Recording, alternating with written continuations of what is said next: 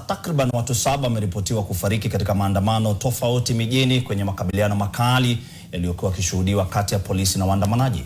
Polisi wanalaumiwa kwa kutumia nguvu kupita kiasi dhidi ya waandamanaji, huku makumi ya waandamanaji hao wakilazwa katika hospitali mbalimbali nchini. Watazamaji wengi wanauguza majeraha ya risasi kama vile ambavyo Laban Shaban sasa anaarifu. Maadhimisho ya maandamano ya wahasiriwa wa matukio ya mauti ya Juni 25 mwaka jana yameishia kuwa ya kilio, watu 7 wakiaga dunia na wengine kujeruhiwa.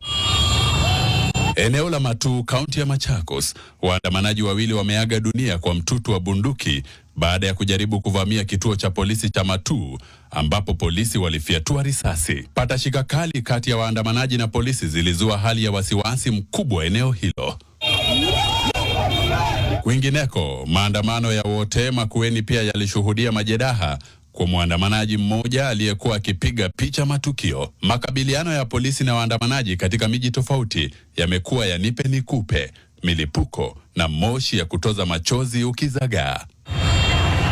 Kilomita 60 kutoka wote huko Emali, kaunti ya Makueni, waandamanaji 2 nao waliaga dunia mikononi mwa polisi.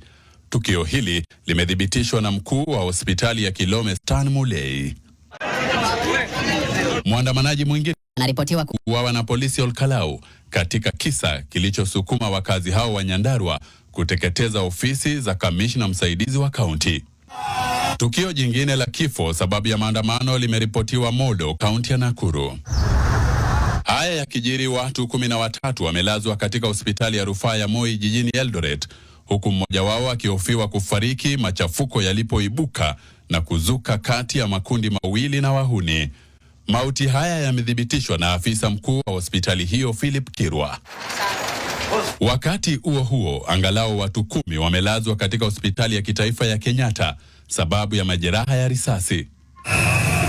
Ambulensi zilipita mitaa mbalimbali jijini kuwaokoa waathiriwa wa maandamano. Laban Shaban, NTV.